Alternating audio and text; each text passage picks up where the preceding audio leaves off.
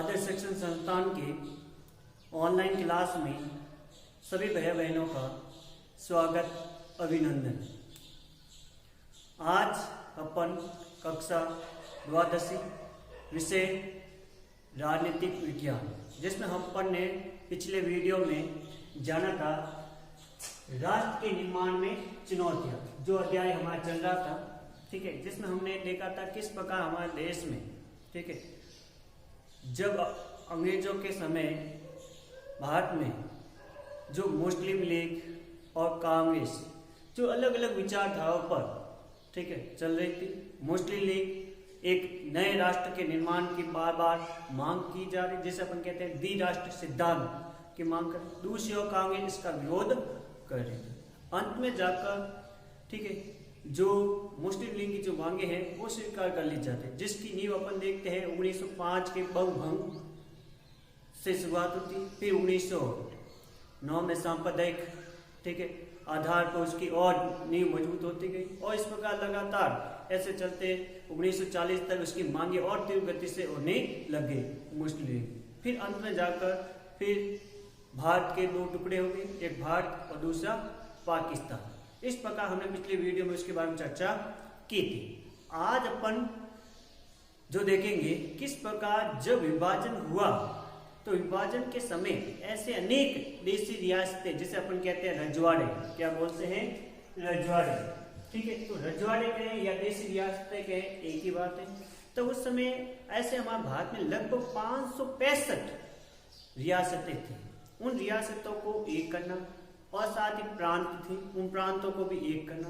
तो विभाजन के समय ये प्रावधान किया गया है, जो रजवाड़े स्वतंत्र भी रह सकते हैं और किसी भारत के साथ मिल सकते हैं और पाकिस्तान में भी मिल सकते हैं, उनकी इच्छा पर स्वतंत्र थे, किसी पर किसी का दबाव नहीं था, ठीक है। तो ऐसे करके भारत अनेक टुकड़ों में बढ़ सकता था, लेकिन उसको एक अखंड भारत के रूप में बनाने में एक महत्वपूर्ण भूमिका निभाते हैं, जिसका नाम आता है सरदार वल्लभ भाई पटेल। दूसरी ओर पाकिस्तान से जिन्ना के द्वारा प्रयास करते हैं, और इस प्रकार दोनों अधिक से अधिक देशी रियासतों को अपने राष्ट्र में निर्माण में बढ़ाने के लिए लगे हुए थे, जिसमें अपन उसके बारे में आज चर्चा करने वाले हैं। तो शुरुआत देखते हैं अपन रजवाड़ों का विलय। किस प्रकार रजवाड़ों का विलय किया? तो अभी हमने आज बताया था हमारे भारत में कितने रजवाड़े थे, 565। कितने थे? 565। तो हम चर्चा करने वाले आज ब्रिटिश प्रांत और देशी रियासतें। जब अपन देखते हैं कि हमारे भारत अंग्रेजों के समय, ठीक है, भारत को दो भागों के आधार पर शासन चलाया जा रहा था, एक ब्रिटिश प्रांत और दूसरा देशी रियासतें। जो आपको ये लाइनें दिखाई दे रही है, ठीक है, यह अंग्रेजों के समय का भारत का मानचित्र है, ठीक है, जिसमें अपन देखते हैं, ठीक है, ये क्षेत्र अपन को जो ये लाइनें दिखाई दे रही है, ये क्षेत्र कहलाता है ब्रिटिश प्रांत। क्या कहलाता है? ब्रिटिश प्रांत। जो ये बीच में खाली जगह आपको दिखाई दे रही है, ठीक है, ये क्षेत्र था देशी रियासत। क्या थी? देशी रियासतें, जैसे अपन कहते हैं रजवाड़े भी बोल सकते हैं। जहां पर रजवाड़े वे कहलाते हैं जहां पर, ठीक है, छोटा क्षेत्र था, जिसमें राजा स्वयं उस पर शासन चलाने का कार्यभार करता था, लेकिन देख रेख इसके अंग्रेजों की देख रेख में राजा वहां पर शासन चलाने का कार्य। लेकिन ब्रिटिश प्रांत में क्या था? ब्रिटिश प्रांत में स्वयं अंग्रेज शासन चलाने का कार्य करते थे, ठीक है। जो ब्रिटिश प्रांत में ऐसा माना जाता था जो शासन चलाने का कार्य करते थे, जिसे अपन कहते थे, जिसका प्रमुख होता था गवर्नर, जिसे अपन कहते हैं गवर्नर जनरल, ठीक है, जिसे अपन देखते हैं गवर्नर जनरल, ठीक है। दूसरी और देशी रियासतों में, देशी रियासतों का जो अंग्रेज का प्रमुख था, जिसे अपन का नाम आता है वायसराय। कौन है? वायसराय। देशी रियासतों को नियंत्रण या शासन चलाने में देखते हैं, इस पर नियंत्रण था, अंग्रेज अधिकारी प्रमुख था, वो कौन था? वायसराय। और दूसरी ओर ब्रिटिश प्रांत में कौन था? Governor general. एक चीज ध्यान से सुनो, गवर्नर जनरल और वायसराय दोनों एक ही व्यक्ति थे। जब वो वायसराय, ठीक है, प्रांतों में जाता था, ठीक है, प्रांतों की देख रेख करता था तो वो क्या कहलाता था, गवर्नर जनरल। जब वो देश रियासतों में शासन चलन देख रेख करता था तो वो क्या कहलाता था, वायसराय। ठीक है, इस प्रकार तो दोनों एक ही व्यक्ति, अलग अलग नहीं, दोनों एक कार्य करता था। ठीक है, तो वायसराय देश रियासतों में ऐसा माना जाता था, ऐसे उनके अधीन अनेक अधिकारी थे जो उसकी सहायता करते थे, जिसमें नाम आता है एजीजी, जिसका पूरा नाम आता है agent to the governor general. दूसरा पॉलिटिकल एजेंट। तीसरा है जिसे अपन कहते हैं रेजिडेंट। ये लोग क्या करते थे, वायसराय के कार्य में मदद करते थे। अब एजीजी पूरे उस क्षेत्र का नियंत्रण करता था। ठीक है, किस प्रकार क्या हो रहा है, ठीक एक एक रजवाड़ों का नेतृत्व तो किसके हाथ में था, एजीजी का। एजीजी पूरे अपने क्षेत्र के रजवाड़े की रिपोर्ट बार बार ठीक वायसराय को बताता रहता था।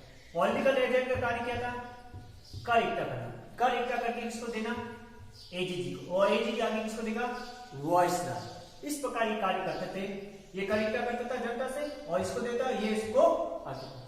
जबकि एजेंट का क्या कार्य था, एजेंट का कार्य प्रत्येक रजवाड़े में एक एजेंट होता था, उसका कार्य यह होता था कि राजा के कार्य की देख रेख करना, राजा किस प्रकार शासन चला रहा उस पर नियंत्रण रखना, उसकी पूरी जानकारी समय समय पर किसको देना है, वायसराय। किसको देना था, वायसराय। और वायसराय आगे, तो अपन कह सकते हैं अंग्रेज शासन का ठीक है प्रतिनिधि अपन कहें तो कौन था, रेजिडेंट। तो राजा को नियंत्रण प्रशासन कैसे चल रहा है, किस प्रकार उसको समय समय पर जानकारी देने का कार्य करता था कौन, रेजिडेंट। तो इस प्रकार ये देश रियासतों में शासन चलता। दूसरे अपन देखते हैं ब्रिटिश प्रांत स्वयं शासन चलाने का कार्य करते थे। ठीक है, जिसके अधीन क्या होते थे, गवर्नर होते थे। क्या थे, गवर्नर। ये केंद्रीय स्तर पर गवर्नर जनरल, इसके अधीन गवर्नर होते थे। ऐसे माना जाता था अंग्रेजों के समय भारत में कुल कितने प्रांत थे, 11 प्रांत थे। कितने प्रांत थे, कॉमन रूप से 11। ठीक है, ये इस प्रकार शासन चलता था। ये देश रियासतों से संबंधित। अब अपन देखते हैं जब भारत और पाकिस्तान विभाजन हो गया था उस समय ऐसी कौन सी मुख्य समस्याएं थी जो उसके सामने समस्याएं पैदा कर रही थी, जिसमें अपन देखते हैं जब विभाजन हुआ गया तो रजवाड़े सभी स्वतंत्र हो गए थे। ठीक है, वो स्वतंत्र हो गए थे, अपने आप को अलग एक राष्ट्र का निर्माण चाहते थे। ठीक है, कुछ लोग किसी के साथ में भारत के साथ मिलना चाहते, कुछ पाकिस्तान के साथ मिलना चाहते, कुछ ऐसे भी थे जो अपने आप को स्वतंत्र रखना चाहते थे, जिसमें नाम अपन देख सकते हैं हैदराबाद है। ठीक है, ऐसे अनेक ठीक थे जो अपने आप स्वतंत्र साबित करना चाहते, जिसमें जो प्रमुख रूप से अपन देखते हैं सबसे पहले ताउन को। कौन है, ताउन, जिन्होंने सबसे पहले विरोध किया कि हम ठीक है स्वतंत्र रहेंगे, ना पाकिस्तान के साथ मिलना चाहते ना भारत के साथ, हम स्वतंत्र राष्ट्र स्थापित करना चाहते, किसी के अधीन नहीं रहेंगे। ऐसा सबसे पहले मांग करने वाला कौन था, छत्र ताउन कोर्ट के राजा ने।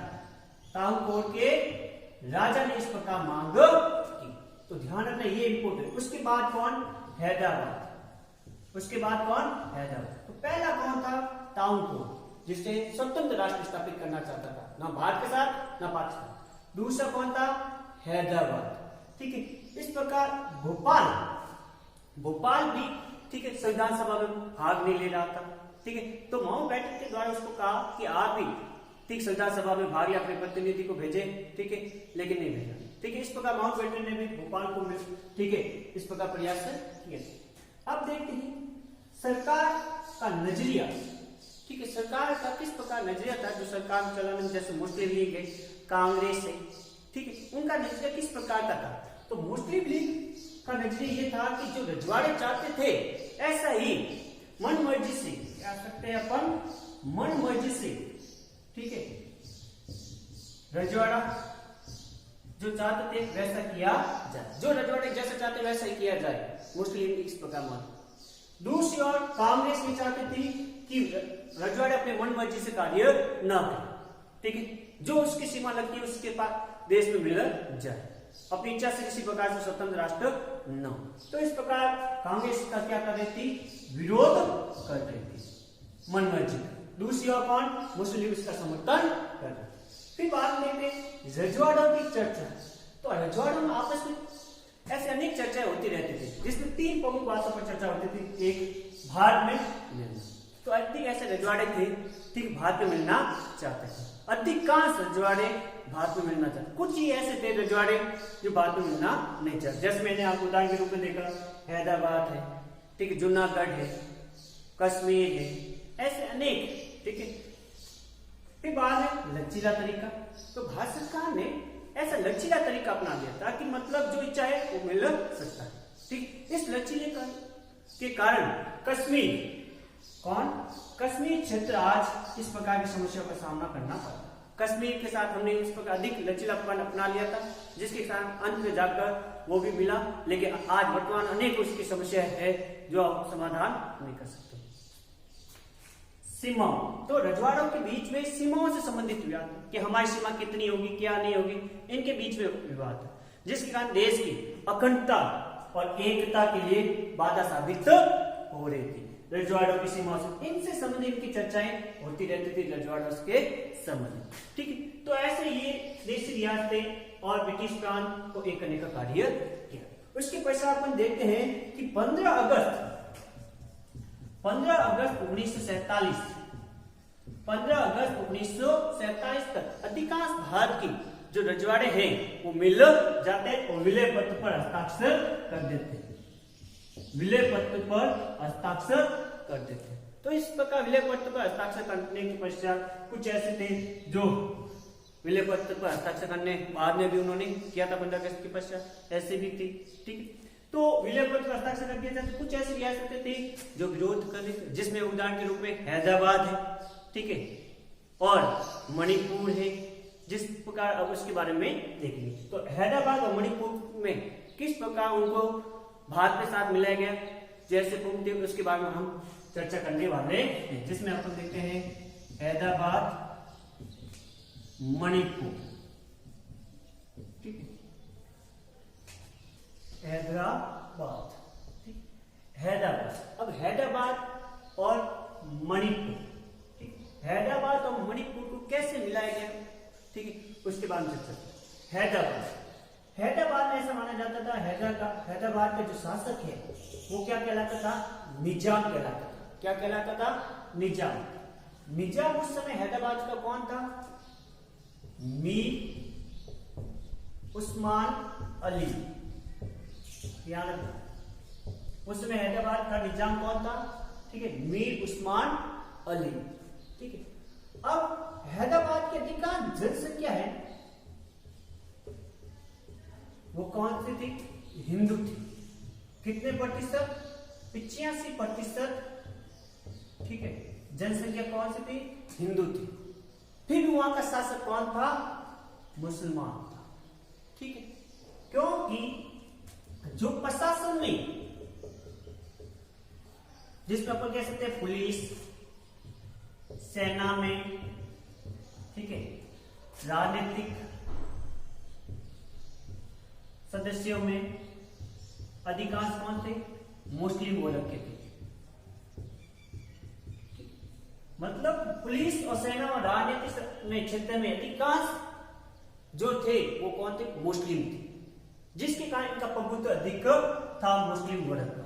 जनसंख्या अधिक किसकी है, हिंदू की, लेकिन प्रभुत्व सबसे ज्यादा किसका है, मुस्लिम वर्ग। शासक कौन है, मीर उस्मान अली, ठीक है। इस प्रकार अपन देखते हैं।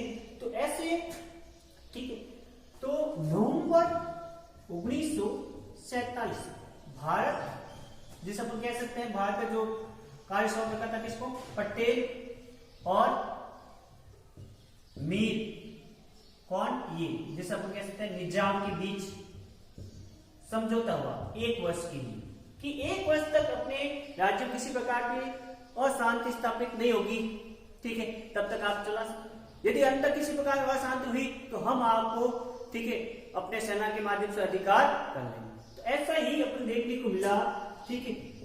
तो वहां के जहां पर तेलंगाना क्षेत्र, अभी वर्तमान तेलंगाना, उस समय तमिलनाडु का क्षेत्र था, ठीक, वहां के किसानों पर, ठीक, किसानों पर अत्यधिक मात्रा पर शोषण किया जा रहा था।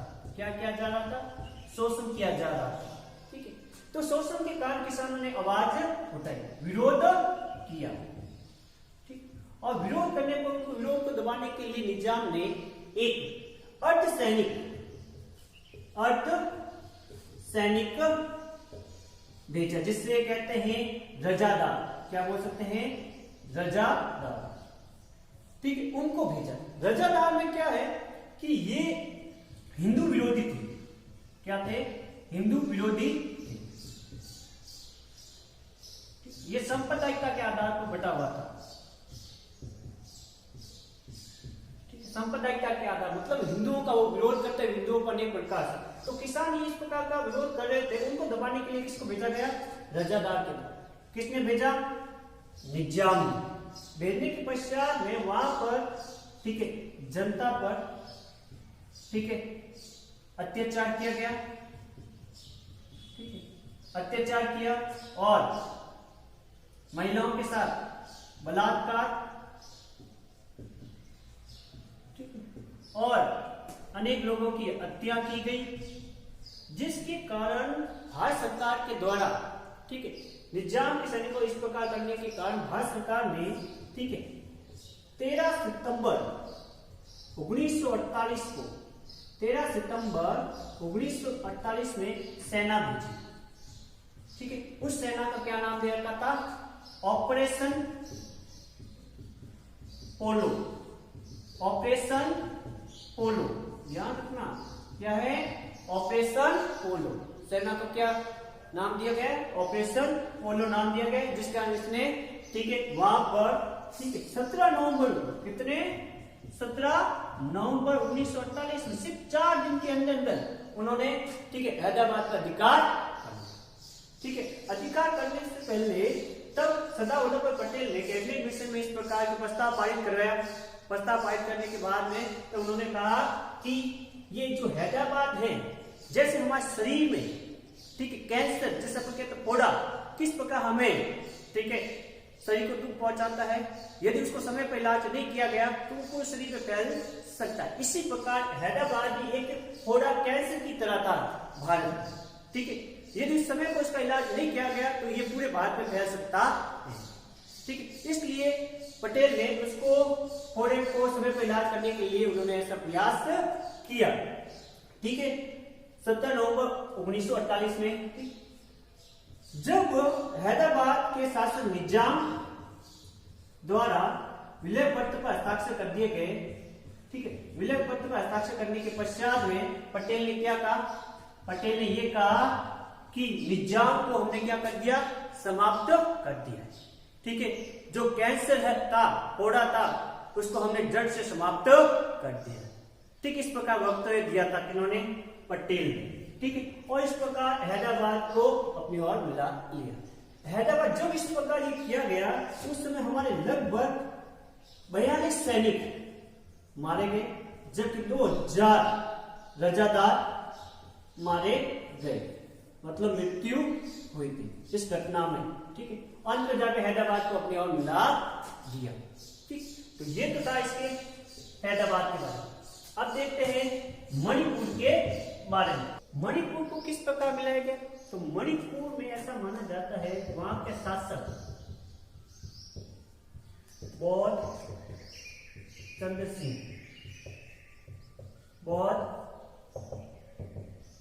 सिंह, ठीक है, वहां का शासक था। वहां का शासक ये चाहता था कि हम, ठीक है, विलय पत्र पर हस्ताक्षर तो कर देंगे, लेकिन हमारी स्वतंत्रता, आंतरिक स्वतंत्रता अपन कह सकते हैं, आंतरिक स्वतंत्रता में किसी प्रकार की दखलंदाजी नहीं होनी चाहिए। मतलब आंतरिक मामले में किसी प्रकार हमारा हस्तक्षेप नहीं होना चाहिए।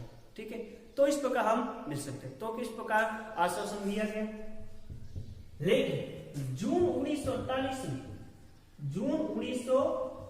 में वहां के राजा के द्वारा जनमत संग्रह करवाया गया। क्या करवाया गया? जनमत संग्रह। जनमत संग्रह के द्वारा वहां को विधानसभा का गठन हुआ। विधानसभा का गठन हुआ। विधानसभा वहां की ठीक है। विधानसभा के जो भारत सरकार के विरोधी थे, विधानसभा भारत के विरोधी थे, ठीक है, भारत की क्या थी, वो विरोधी थी। अधिकांश वहां के सदस्य दल, राजनीतिक दल, ठीक है, वो सभी विरोधी थे। लेकिन जो मणिपुर कांग्रेसी, ठीक है, जो भारत सरकार के समर्थन में थे, ठीक है, जो इस प्रकार बार बार विधानसभा भारत सरकार का विरोध कर रही थी हर क्षेत्र में, तब पटेल ने देखा कि ऐसा तो क्या होगा कि ठीक है, हमारे देश में अशांति हो जाएगी, देश के टुकड़े हो सकते। तब उन्होंने ऐसा देखा कि वहां के राजा के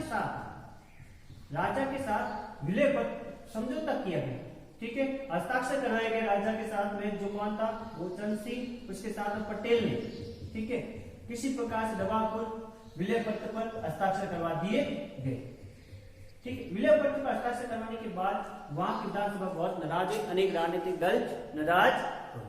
फिर बाद विलय पत्र होने के बाद में, ठीक है, ये मणिपुर जो भारत का हिस्सा बन गया। लेकिन आज भी वहां के मणिपुर क्षेत्र में, ठीक है, ठीक, वहां पर इस प्रकार के अशांति बनी हुई है। आज भी भारत सरकार की अनेक गतिविधियों में, ठीक है, उनकी योजनाओं का विरोध करते आ रहे हैं, ठीक है। तो ये तो था, हमने देखा रजवाड़ों के विलय के बारे में, जिसमें हैदराबाद, मणिपुर के बारे में विशेष चर्चा की। आगे एक वीडियो में और चर्चा करेंगे। धन्यवाद।